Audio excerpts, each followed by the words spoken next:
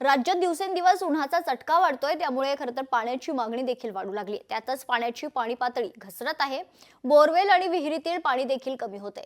त्यामुळे मार्च महिन्यातच पाणी टंचाई जाणवू लागली आहे. मराठवाड्याची तहान भागवली जाते, मात्र खरं तर धरण उशाला आणि कोरड घशाला अशी म्हणाची वेळ याच पैठण तालुक्यातील डोणगाव तांबेच्या नागरिकांवर आल्याचं पाहायला मिळते.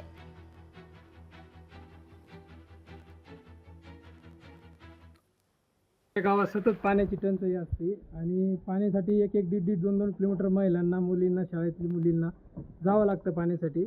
आणि प्रशासनाने लवकरात लवकर टँकर चालू करा. 31 मार्चपर्यंत जर टँकर चालू जर नाही झालं तर आम्ही पंचायत समितीसमोर आंदोलन करू, हंडा आंदोलन करू. तरी जर प्रशासनाने जर टँकर चालू नाही केलं तर आम्ही इथं मेल्यापेक्षा तिथं पंचायत समिती कार्यालयासमोर मरू. आत्मदानाचा इशारा देतो. आता लवकरात लवकर टँकर चालू करा. गावात सतत पाण्याची टंचाई असते आणि पाण्यासाठी एक एक दीड 2 किलोमीटर महिलांना, मुली.